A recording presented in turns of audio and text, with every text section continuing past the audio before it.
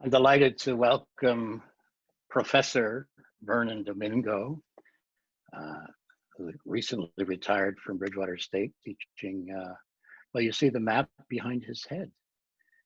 He teaches geography at BSU.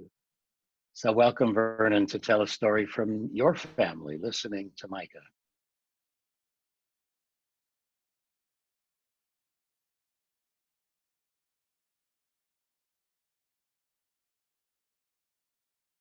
Unmute. Okay. Thank you, Reverend, and thank you, Greenwich UU. As Reverend Paul said, I'm from Bridgewater, from the church there, and so I'm pleased to be with you today and share my own experience, sometimes hurtful and always gracious and helpful, about listening with deep heart. I am the proud parent of a transgender son, Micah, who lives in New York and is doing very well. And Micah and I have a wonderful relationship. He's just produced a transgender atlas for the city of New York. Our relationship now is great, but it was not always so. When Micah came out as a transgender male in 2011, there was much yelling and shouting in our home. And our house is a progressive. We stand up for political issues in all scores. Micah, in effect, was transitioning. I was the one, the great liberal, the radical, who pushed back and said, no, this is not right. You're too young. You've got to think this over. Much of that discussion took place with tears, Micah crying. In our kitchen, where most of our discussions take place, there was a lot of crying. Micah saying, you've got to understand, I did not. But my change came about very dramatically. One Friday afternoon, it was a rainy day, I remember it very well. Micah was at the doctor and needed, because I was carrying the medical insurance, needed my say-so for him to get testosterone shots to help in his transition. This was a big turning point. Micah was crying on the phone and saying, Dad, please call them. Call them. They need to hear from you because you carry the insurance and you need to tell them that they could go ahead. After a short resistance, I could hear it finally in Micah's voice. Things that I had not heard before. I heard the sincerity, the anguish. I made the phone call. And that has stayed with me for a very long time. The phone call allowed Micah to get testosterone and start on his journey of self-discovery and being himself, which he is now, really. When I look back on that, I have some regrets, but also in situations like this, some lessons learned, which are deeply imprinted in my mind today. When Micah had come out in 2009, I should have been hearing what was being said, really hearing properly. I should have been putting myself in Micah's mind and not thinking my old world-fashioned ideas. I definitely should have avoided judgment. I was the one who said, you're too young, this is just a fad. I should have paid more attention to Micah's feelings, very deep feelings. And I should have tried to understand the full context of Micah was saying. This was not a fad. I should have not just been hearing what the words that were being said, but try to understand the person behind the words, oh, Micah. And so in a way, I was listening, but not hearing. And to me, that is a really deep experience about the idea of trying to understand what people are saying. It's relevant throughout all time. It's relevant now, especially in our turbulent political times. But I'm glad that in a way I had that experience, painful as it is, that brought me to a realization that we need to listen to the other. We need to put our pre-assumptions aside and really try to understand it from the other's perspective. Micah has taught me that. And for that, I am truly grateful. Deep listening, really listening trying to see what the other person is feeling and understand is important for each and every one of us. And so I thank you for allowing me to share that with you. Thank you very much.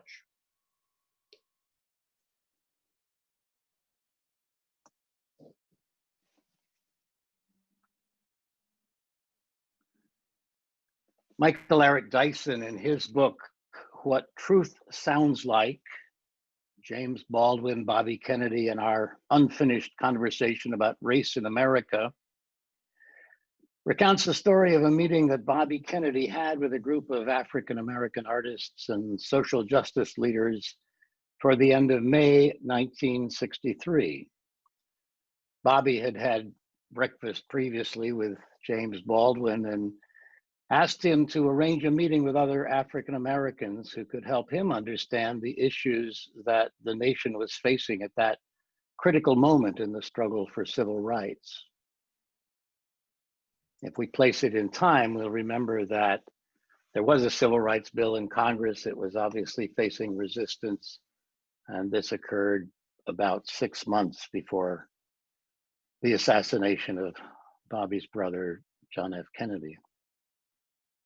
Dyson goes on to say, beyond what chance brought them, Baldwin and Kennedy were on the same page when it came to getting Black folk in that room who hadn't been deputized by a civil rights group and therefore were not beholden to official and safe lines of thought. So Baldwin brought his secretary, his agent, his brother, and a friend and a television producer, and Jerome Smith, the freedom writer from SNCC.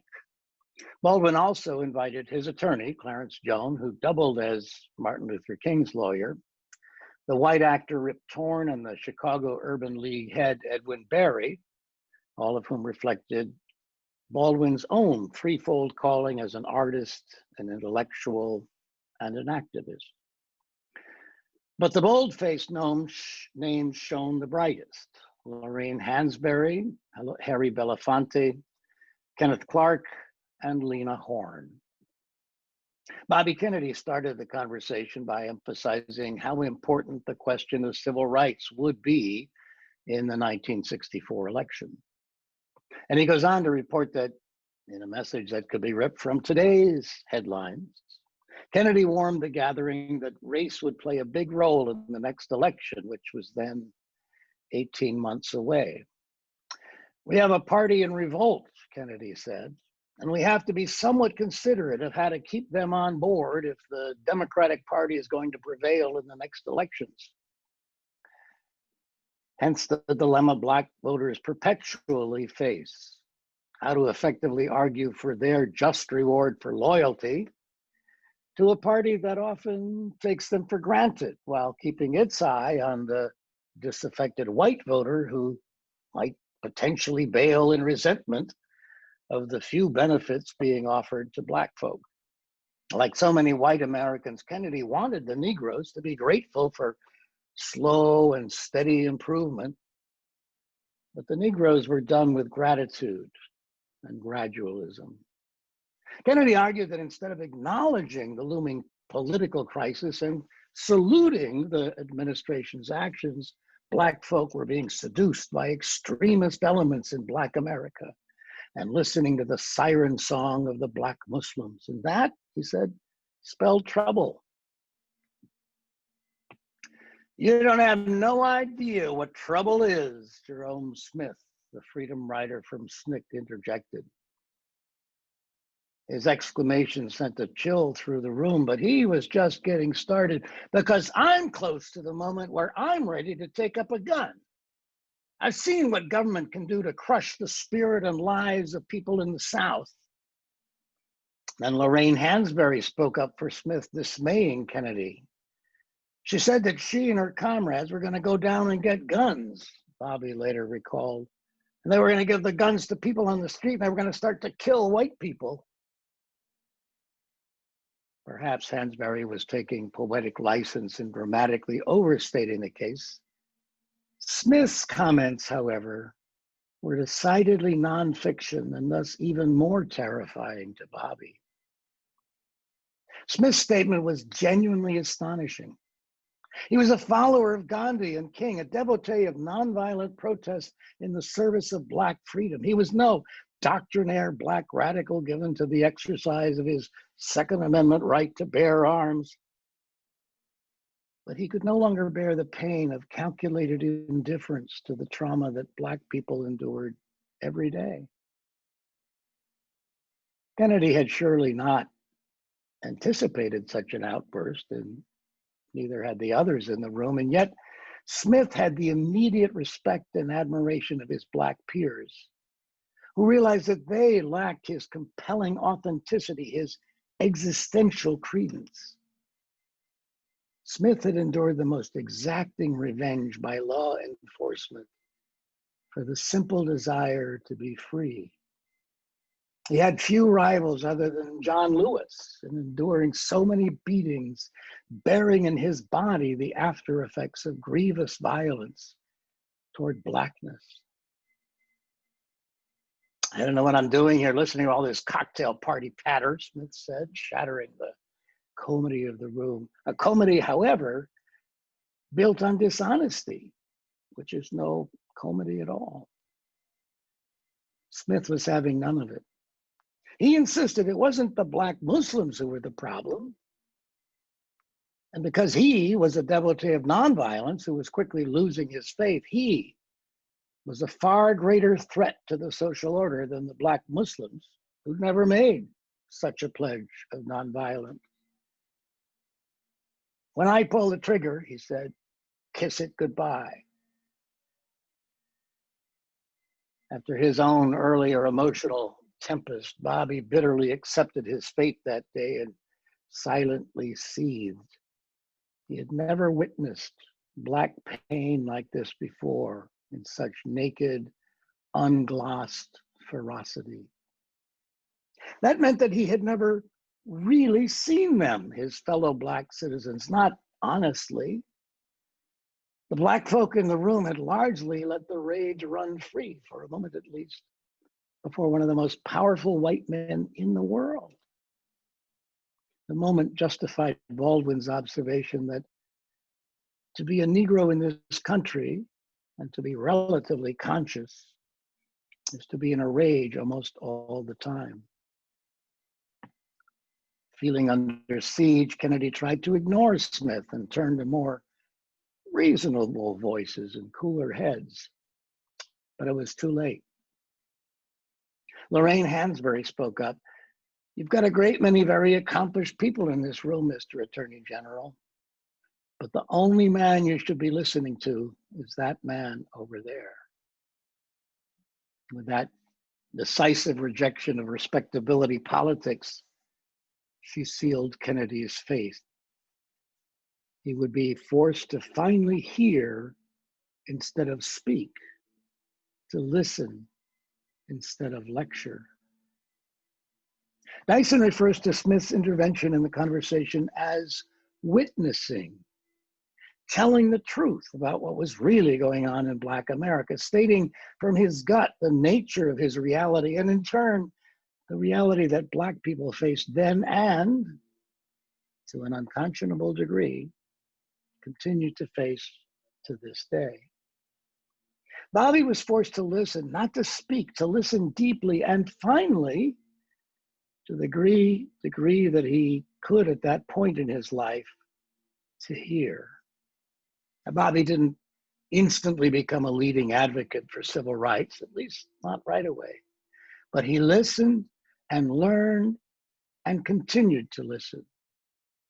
He helped to pass the key civil rights acts of the Johnson administration. And by the time he was campaigning for the presidency in 1968, he'd become a fiery advocate for Black lives and for the life of all of those in poverty, those left behind, those living in nightmares rather than experiencing an American dream. Bobby began to hear on that day. We all have trouble hearing. We all have trouble listening. In our everyday lives, we experience ourselves only as completely central to what we know. As David Foster Wallace put it, everything in my own immediate experience supports my deep belief that I am the absolute center of the universe, the realest, most vivid, and important person in existence. We rarely talk about this sort of natural, basic self-centeredness because it's so socially repulsive. But it's pretty much the same for all of us deep down. He goes on to say, it's our default setting, hardwired into our boards at birth. Think about it. There is no experience you've had that you were not the absolute center of.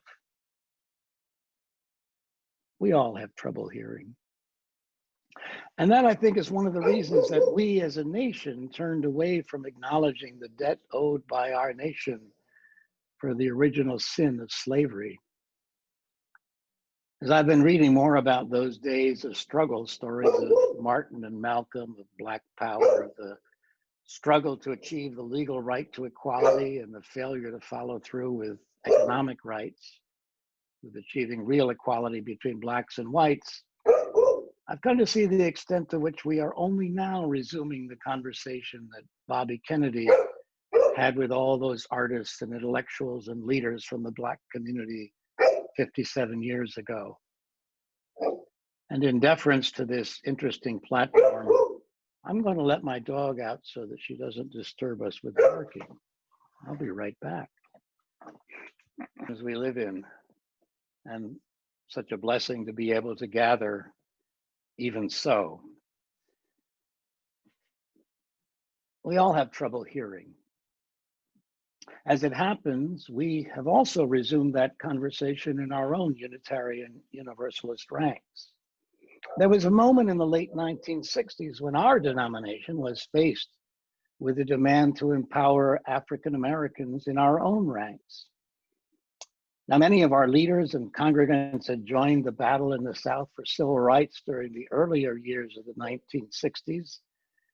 Two in our ranks were martyred in that struggle, Reverend James Reeb and Viola Liuzzo, during the demonstrations around the struggle for voting in Selma, Alabama.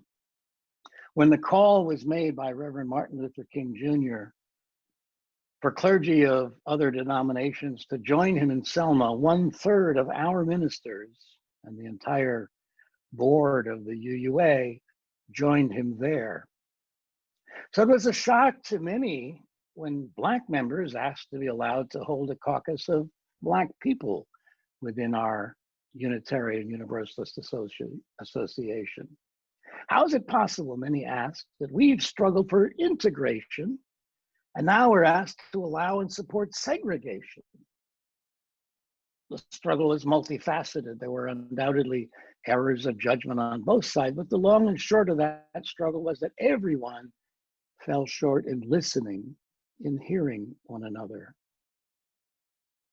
It took many of us longer to understand that marginalized voices aren't heard and honored in some spaces. It's still a commonplace in schools, workplaces, that men talk over women and other marginalized folks. That ideas expressed from the margins are too often claimed by folks at the center of power. The women's movement made clear that for people whose voices are rarely heard, joining together in groups with similarly marginalized identities are an important step on the road to finding their own voices, in practicing being heard, in being heard into becoming themselves. Needless to say, we have returned to the struggle that we have too often forgotten since the 1960s with the creation and funding of Black Lives of Unitarian Universalism.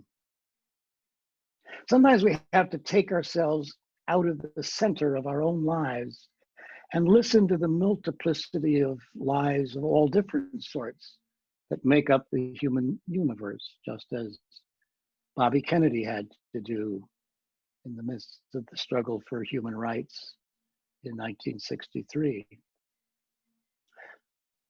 Last year was the 400th anniversary of the beginnings of African American slavery in the United States as the New York Times 1619 project reminded us.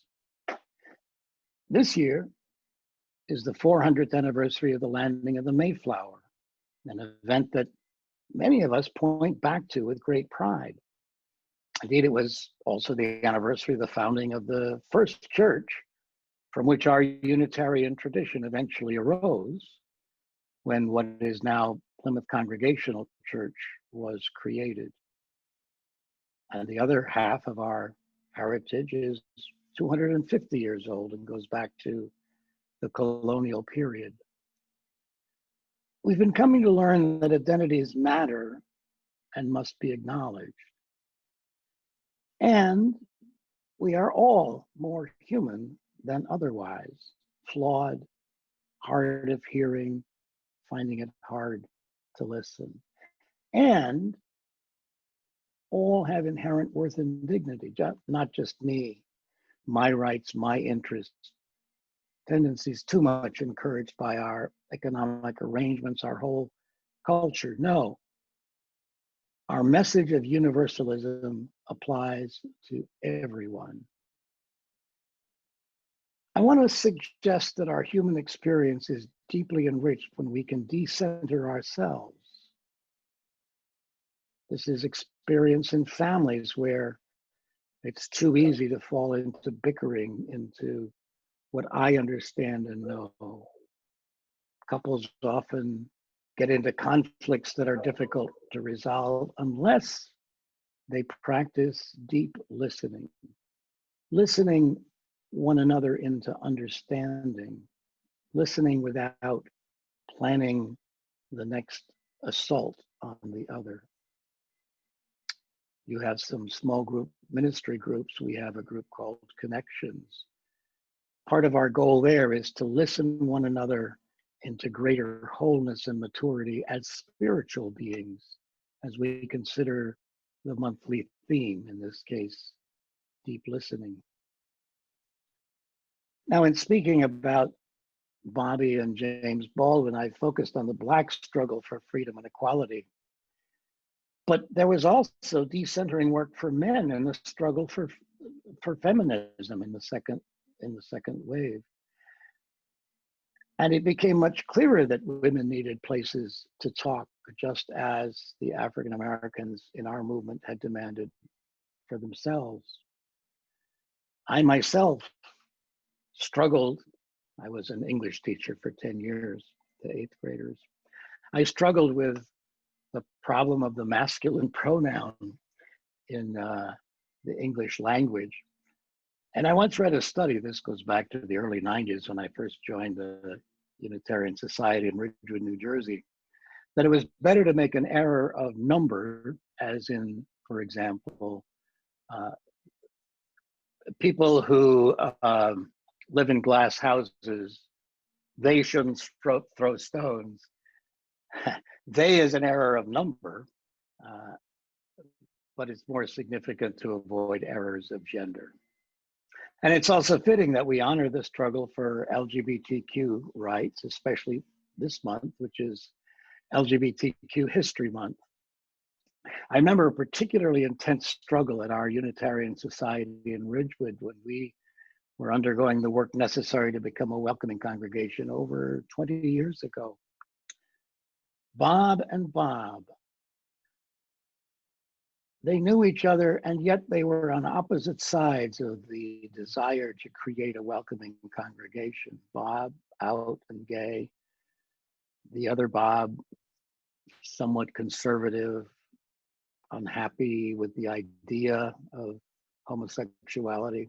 Finally, after a long struggle, they were able to hear each other. And I remember the moment in a meeting where they were suddenly brought to realize that despite their differences, they loved each other and both wanted to be part of the same congregation. Acknowledging that they were the same people, always imperfect, always struggling to hear each other, and in the process, hearing to grow themselves and one another into wholeness. There's been a lot of change since that meeting that James Baldwin put together with Bobby Kennedy. Too many conflicts remain unresolved. Martin Luther King Jr. spoke of a promissory note embodied in the Declaration of Independence and the Constitution, as he called it, a promise that all men, yes, black men as well as white men, would be guaranteed the inalienable rights of life, liberty, and the pursuit of happiness. The note is still unpaid, and not only, of course, to men. It's hard to listen. It's hard to hear. Vernon's story told much more eloquently than I possibly could how hard it is to hear the new struggle for gender rights, acknowledging the wide variety of gender realities that human beings embody. More deep listening, more learning to hear. But isn't that what makes our lives rich and worth living? What a wonder to actually be able to hear one another so deeply that we can become fully human and help others do the same. All of us, part of the great web of human life, which is in turn the interdependent web of all existence, of which we are a part. Tony Kushner says, at every moment in every person's life, there is work to be done, always work to be done. Some of it small, some of it great. The great work, in a sense, always has to do with healing the world, changing the world, and as a necessary predicate to that, understanding the world. You rise each morning aware that you are called to this work. You won't live to see it finished. But if you can't hear it calling, you aren't listening hard enough. It's always calling, sometimes in a big voice, sometimes in a quiet voice. So then, let us each learn as best we can, with as much diligence as we can, to listen deeply, that we may hear and grow and flourish and become whole. Amen.